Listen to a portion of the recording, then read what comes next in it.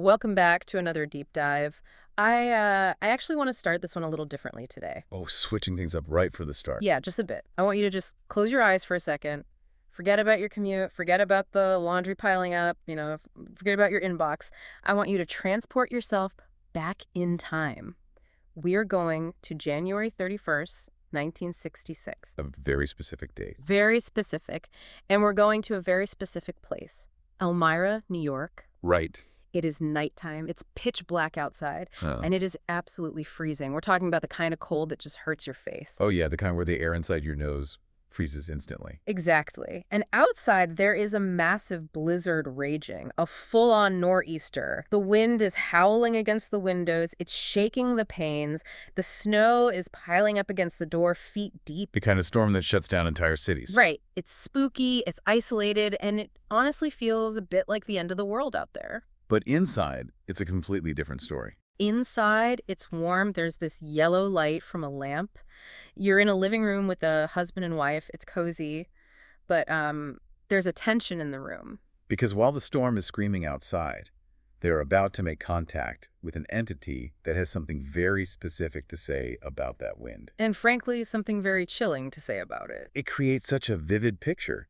You have this bubble of warmth and light surrounded by chaotic, freezing energy. And what we are diving into today suggests that the barrier between those two worlds, the internal world of the living room and the external world of the blizzard, is an illusion.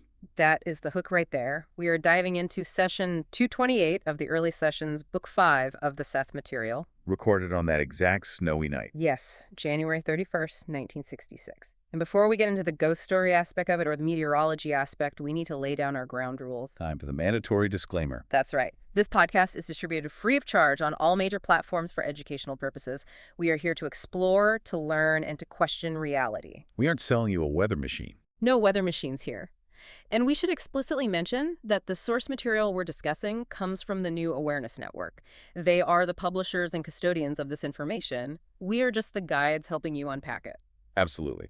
Because reading the raw transcripts is a completely different experience than hearing us talk about it. So if you find your mind blown by what we talk about today, and we highly encourage you to go to the source, don't just take our word for it. Visit sethcenter.com/the early sessions and get the books. Support the publishers who preserve this stuff. Definitely. So what is our mission today? We basically have a 3-part mission for this deep dive. First, we're going to explore a theory that completely upends everything you know about the weather. We're going to look at the connection between your internal emotions and a literal blizzard. Which is the spooky part. Second, we have a bit of a comedy break involving a neighbor who interrupts a seance to talk about snow tires. The very human part. Right. And finally, because we always love a practical takeaway, we're going to learn how to use the exact same energy that creates a storm to become a creative super producer. We are talking about writing a book in a weekend kind of speed. So we're going from global weather patterns to comedic interruptions to productivity hacks. It is a very full menu today. It is. So let's start with the storm. Set the scene for us a bit more. The couple is sitting there. The wind is howling. What actually happens? Well, context is everything here. Yeah. The wife is the medium. She goes into a trance state to speak for this energy essence personality known as Seth. And usually Seth is lecturing on really high-level metaphysics. Right, like the nature of time. Exactly. The structure of the atom, the multidimensional soul, very abstract, heavy stuff. He's usually the professor in the lecture hall. Right. But on this specific night, physical reality is seriously intruding. The storm is so loud that the husband, who is taking notes in shorthand, is actually worried the noise is going to break the trance. Yeah, he's writing little notes in the margins of the transcript like, wind very loud, or snow hitting glass. It's so atmospheric, you can almost hear the recording just thinking about it. And the medium, before she even goes into the trance, mentions that she feels Seth wants to talk about the storm. She feels this pressure. It's like the white elephant in the room. Or the white snow elephant. Exactly. So Seth comes through.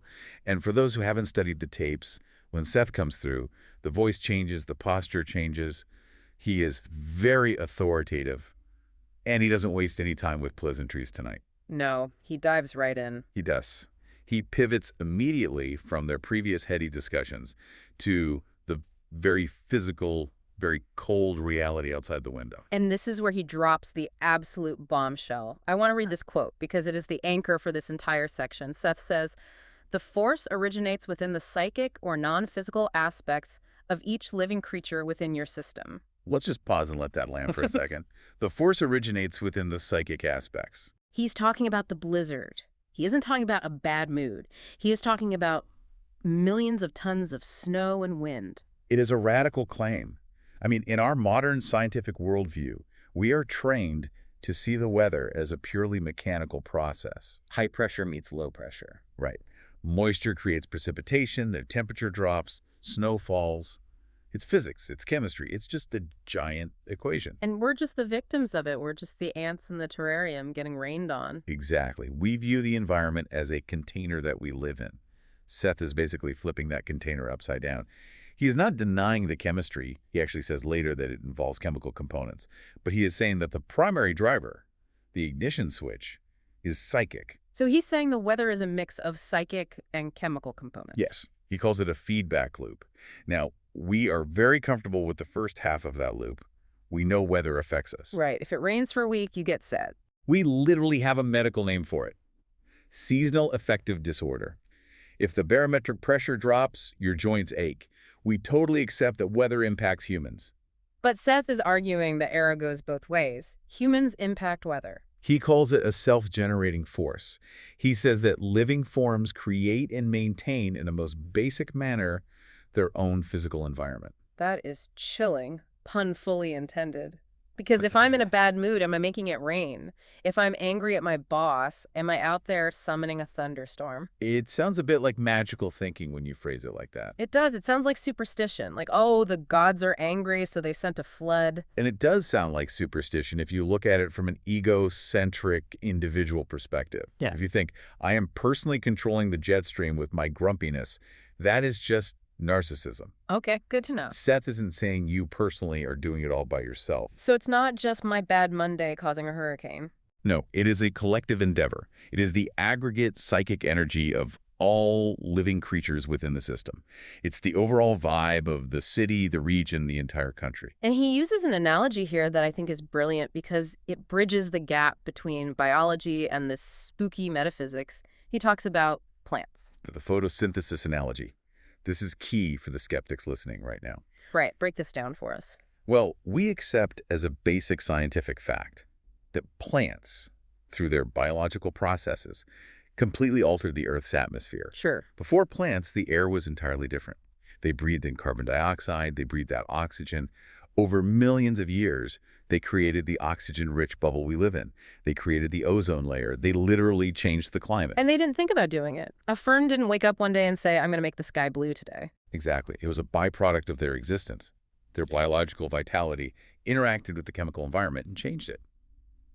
Seth is asking, why is it such a massive leap to think that human energy, our electromagnetic output, our psychic output, also affects the atmosphere? That makes it feel a lot less like magic and more like hidden biology, like we're emitting something just by being alive. Seth uses the terms electronically, electromagnetically, chemically, and psychically. We are basically broadcasting towers. We are constantly emitting signals, and the atmosphere is the receiver. Okay, I can follow the logic that we are emitting energy, but let's get to the why.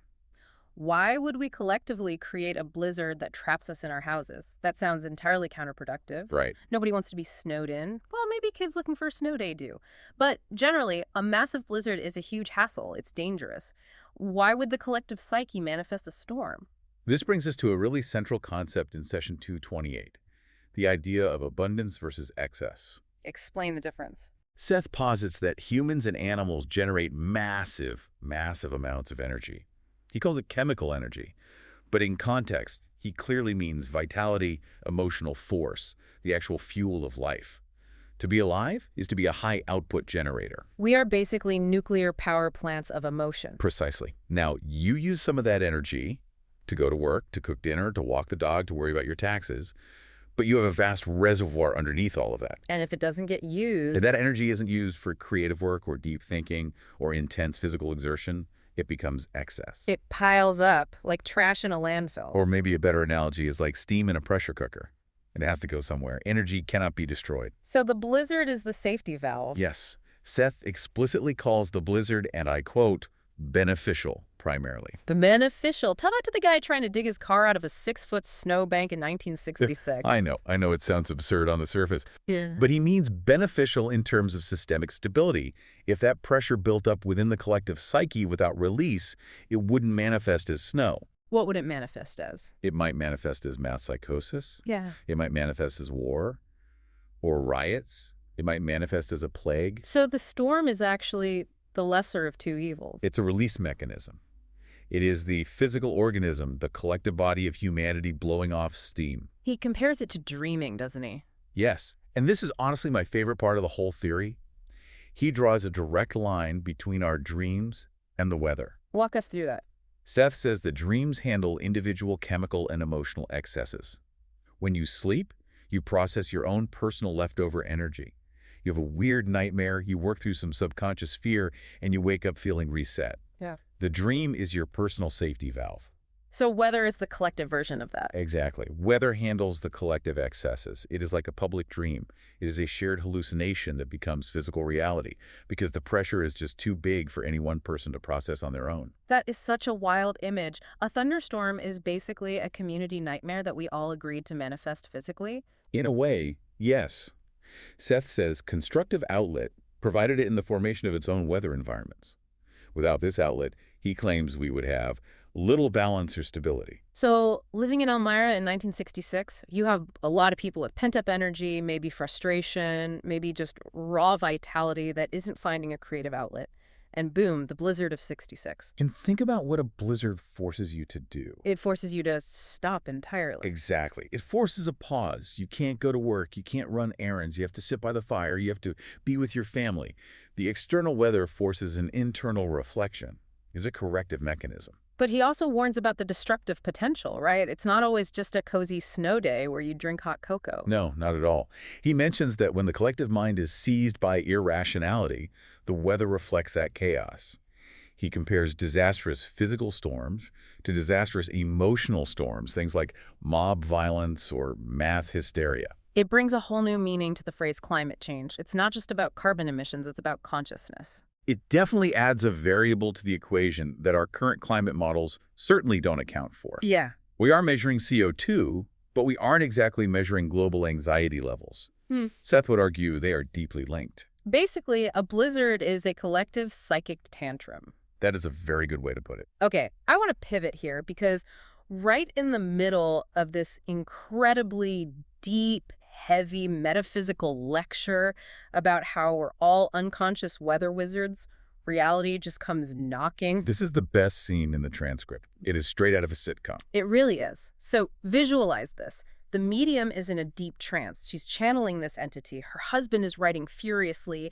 The wind is howling outside. They are decoding the literal secrets of the universe. And suddenly, knock, knock, knock on the downstairs door. It's the neighbor, a young woman who works with the medium at the artistic card company. Which is a real place, by the way. I looked it up. They made greeting cards in Elmira. It's such a delightfully mundane detail to have in the middle of a psychic session.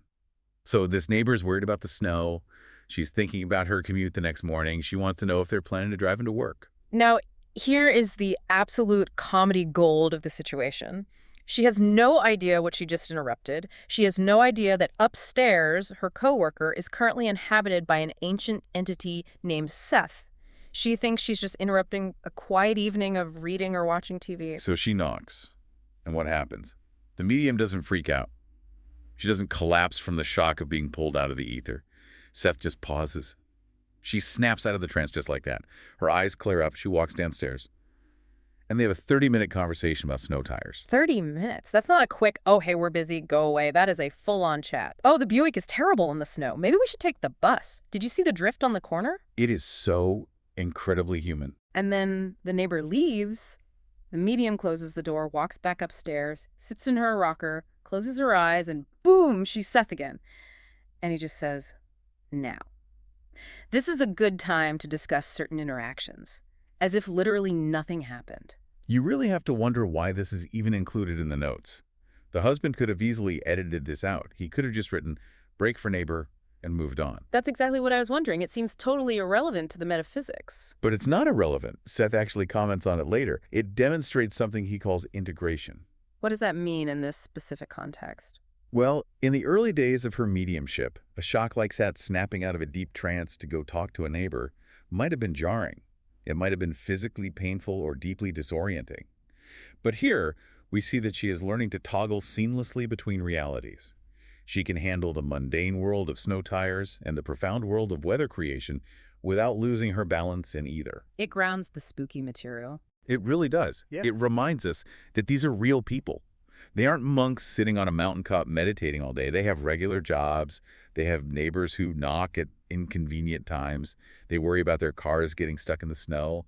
It makes the metaphysics feel more accessible because it is happening right in the middle of a normal life. It really does. It takes it out of the realm of high fantasy and puts it right in a living room in upstate New York.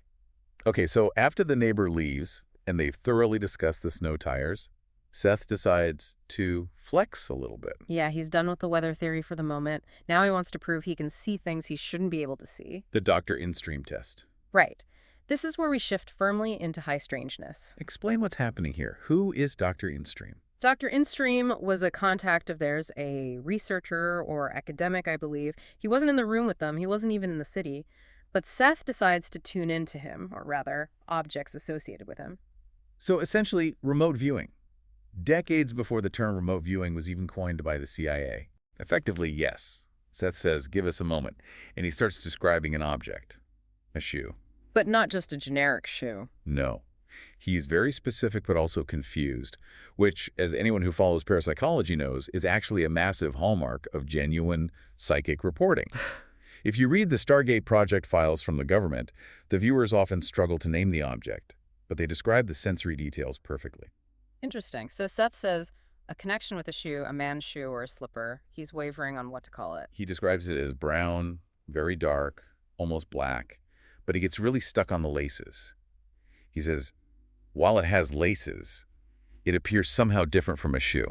That totally tracks with what you're saying. It suggests he's seeing the image or the texture, but his logical mind or the medium's brain trying to translate the image can't quite categorize it. It's like, it has laces, but it's not a sneaker. It's not an Oxford. What is this thing? Exactly. And then he dives into the history of the shoe. He gets incredibly granular. He says it was purchased on a side street. He sees the numbers 1 and 2 in the address. He senses a rainy day, maybe April. He mentions a connection to a birthday and the name Harvard. And then the flamingo. The flamingo. This is hands down my favorite detail of the whole session. Seth says, I think of, rather oddly, of a connection to a flamingo, which seems rather bizarre.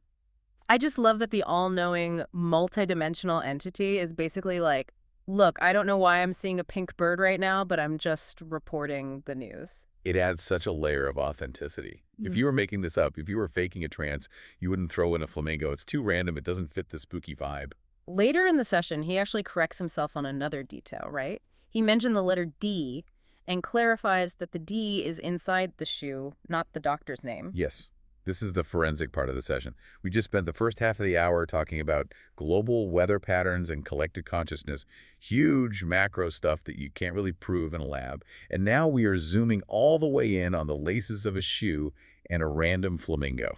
Why does Seth do this? Why the sudden pivot from macro to micro? It's the verification.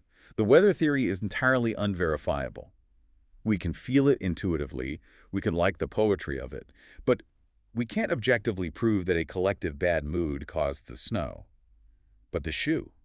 You can verify the shoe. You can pick up the phone. Exactly. You can call the guy and ask, do you have a dark brown slipper with weird laces that you bought on a rainy day in April on a street with a 1 and 2 in the address?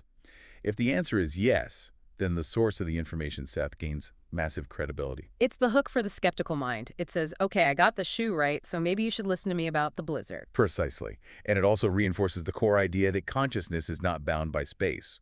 If Seth can see a shoe miles away, then the idea that our minds can affect the atmosphere miles away becomes slightly less of a leap. It proves non-locality. So we've had the storm, we've had the neighbor, we've had the shoe. Now we get to the part that I think is most valuable for you, the listener. The people who want to apply this stuff to their actual daily lives. So what factor? Exactly. Seth pivots again. He moves from wasted energy, the storm, to focused energy. And he brings up the medium's poetry. This is the hacking reality segment of the transcript. Yeah. And the stats here are genuinely impressive. They are bonkers. Let's look at the numbers. The medium, in a span of 4 days, January 21, 24, 25, and 26, wrote 63 poems. 63. And we should clarify, these weren't little haikus or simple limericks. These were full, complex poems. Her husband notes in the transcript that she did this in roughly 16 to 18 hours of total work time. That is just lightning speed. That is flow state on steroids. It really is. Most writers struggle to write one good poem a week. She basically wrote an entire book in a long weekend. So, the million-dollar question, how did she do it? Did she sit down at her desk, grit her teeth, and say, I am going to force myself to write 63 poems no matter what? No. And that is the secret sauce here. Seth is very, very specific about this. He says she did not ask to write a book. She didn't set a quota. She didn't micromanage the output. So what did she do? What was the magic spell? She gave a suggestion to her inner self. The suggestion was simply, I have an abundance of energy, and I will focus and discipline it. That's it. Just that one sentence. That is the core of it. She acknowledged the abundance. Remember, we all have that excess energy that causes storms, and she gave a directive to focus it. She left the how and the end result entirely up to the inner self. This is where I need you to explain the psychology here. Why does that work better than saying, I will write a book today? It's all about the ego versus the subconscious.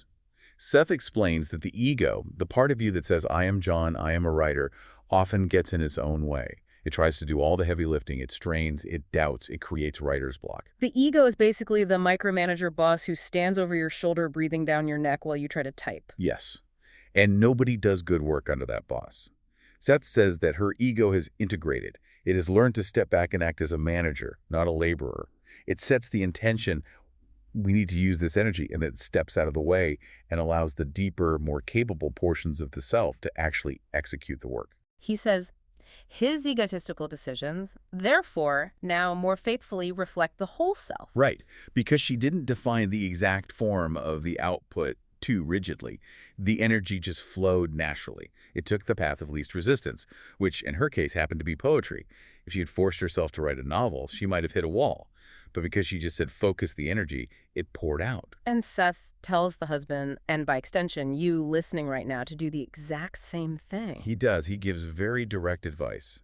He says, I should suggest specifically that you give yourself the same sort of suggestion before retiring, meaning before you go to sleep. He says success would allow you to do 10 times as well in the available time as is usual. 10 times. That is the ultimate productivity hack. Imagine that. Getting your work done in 1/10 of the time because you aren't fighting yourself. You aren't leaking energy into anxiety or, psychic storms. You are channeling it directly into the task at hand. So the actual technique is before sleep, you tell yourself, I have an abundance of energy. I will focus and discipline this energy for my work or my art.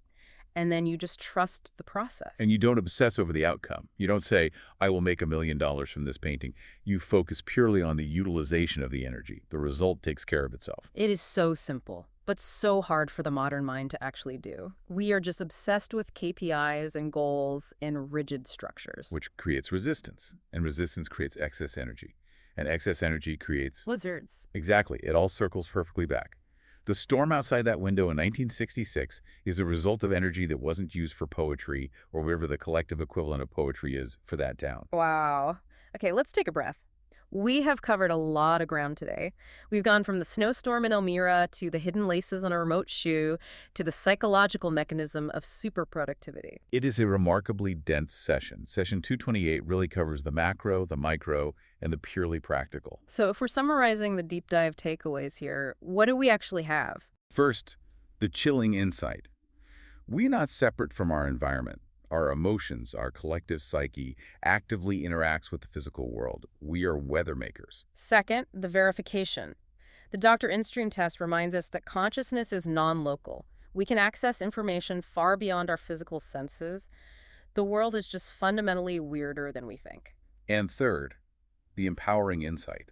We have a massive reservoir of energy at our disposal. If we don't use it, it causes trouble. If we do use it by suggesting to our inner self to focus it, we can achieve 10 times results in our lives. It's a call to responsibility, really. We are responsible for our own energy output. If we waste it, we create chaos. If we use it, we create art. That's the choice we all have. every single day. And speaking of choices, we always encourage you to choose to go straight to the source material. Don't just take our word for it. This was just one single session, session 228. There are hundreds more just like it. You can find the early sessions and all the Seth Material books online. We highly recommend visiting the New Awareness Network. Their website is sethcenter.com. Specifically, look for the early sessions. It is raw, it's unfiltered, and it is genuinely mind-blowing to read. We'll put the link in the show notes for you. Go to sethcenter.com/the early sessions. Support the publishers who work hard to keep this incredible material alive. And remember, this deep dive is just a guide. The real work happens when you read it yourself and actually try the suggestions. Try the sleep suggestion tonight. Just say, I have an abundance of energy and I will focus it. See what happens tomorrow. Maybe you'll wake up and write a book of poetry by Monday. Or at least get your inbox down to 0. Hey, that would be a miracle in itself for me. Indeed. Before we sign off, I want to leave you with a thought, a little something to chew on while you look out your own window today. If Seth is right, if a blizzard is just excess energy that a region couldn't handle, what else is a storm? That is the big question. When we see political turmoil or social unrest or even a global pandemic, are these just different forms of weather? Are we looking at the physical manifestation of our collective unexpressed emotions? Are we weathering our own psychic storms right now? And if so, how do we finally clear the skies? Something to think about. Stay warm, everyone, and watch where you point that psychic energy. Good night. We'll see you in the next deep dive.